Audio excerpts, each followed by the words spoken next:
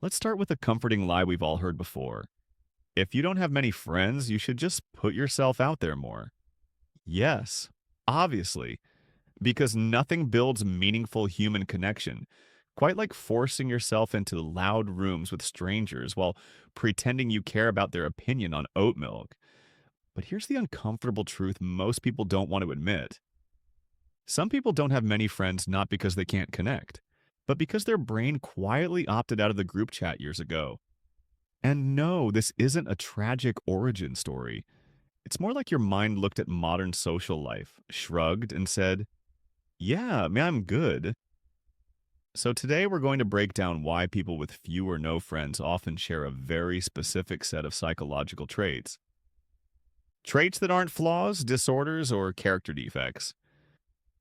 Just wildly inconvenient in a world built on constant social performance. And yes, I'll also be roasting myself along the way. For balance. Trait number one, you're allergic to fake people, emotionally, not medically. Some people have peanut allergies, some people have lactose intolerance, and some people develop a full body stress response when exposed to fake enthusiasm. You know the type: overly cheerful, laughs too hard, asks, "How are you?" but emotionally checks out halfway through your answer.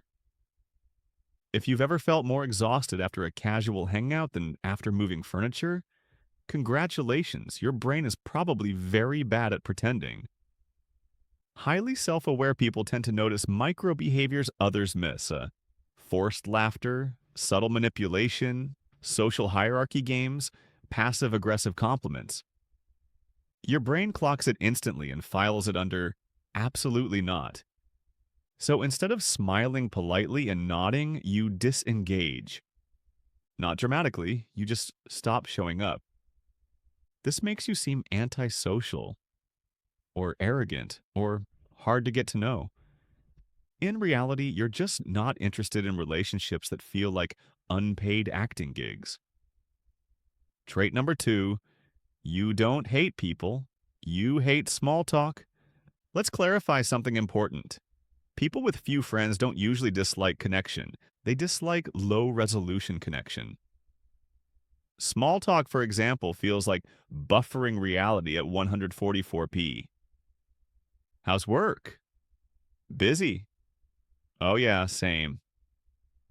Conversation ends, souls quietly evaporate. For some people, this is bonding. For you, this feels like eating packing peanuts and pretending it's dinner. You'd rather talk about ideas, motivations, psychology, regrets, or why humans invented email instead of just ending society altogether. And because most conversations don't naturally go there, you end up opting out. Not because you're lonely, but because you're bored. For example, you meet someone new. At first, it's fine. Normal? Then, 5 minutes in, they start talking exclusively about office drama involving people you will never meet. Your brain leaves your body.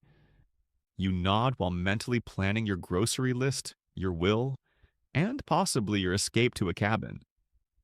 You don't want more friends. You want fewer, deeper ones, and those are rare. Trait number three, socializing costs you energy, and you're bad at budgeting it.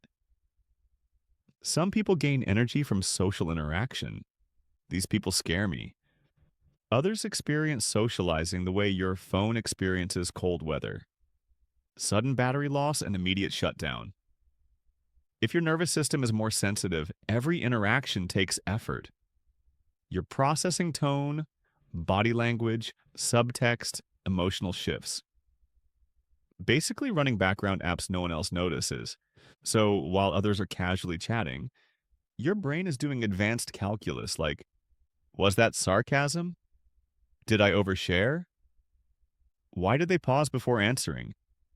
Am I standing weird? Afterward, you need solitude, not as a preference, as a recovery protocol. This doesn't mean you hate people. It just means your brain is running on a more expensive operating system. And like any expensive system, you're selective about when you turn it on. Trait number four, you're uncomfortably independent. Here's a fun one. A lot of people maintain friendships because they need external validation, distraction, reassurance, or emotional regulation. You don't, or at least not much. You can entertain yourself. You can think alone.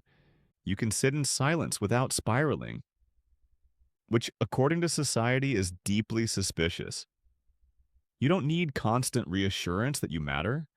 You don't need group consensus to enjoy things. You don't need to share every thought in real time.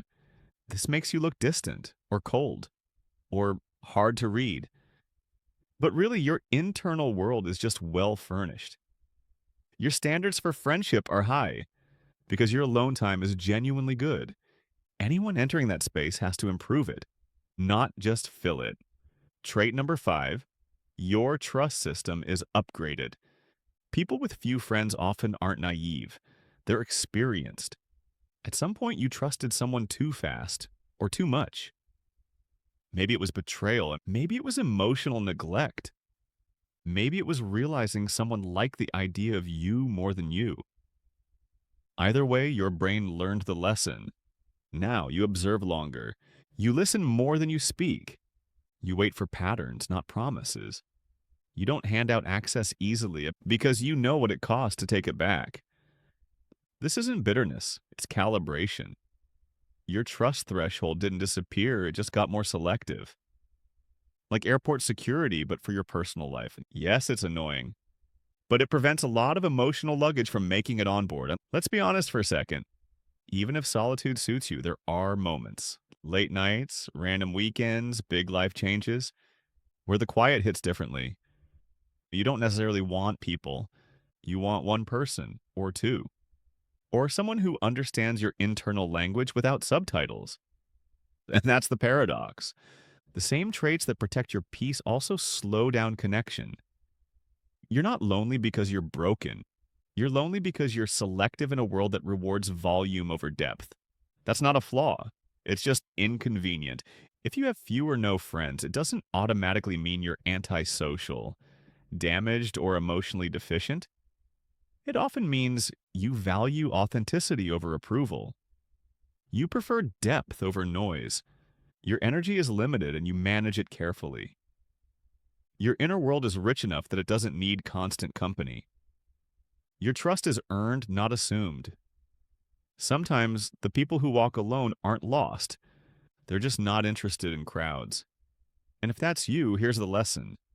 You don't need to force yourself into connections that drain you just to prove you're normal. The right relationships won't feel like work. They'll feel like relief.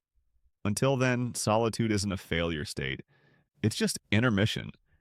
And yes, this video was probably made for people watching alone at night, including me. If that felt uncomfortably accurate, you're not alone, ironically.